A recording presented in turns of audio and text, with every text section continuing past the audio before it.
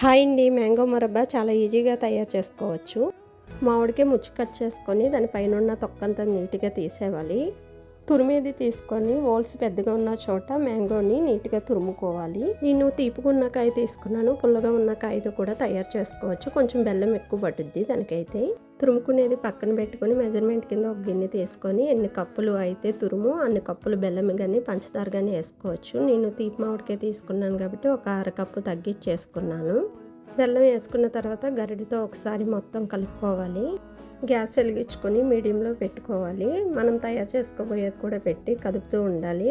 బెల్లం కరగగానే ఒక స్పూన్ కారం, కొద్దిగా జీలకర్ర పొడి, కొద్దిగా సాల్ట్ కూడా వేసుకోవాలి.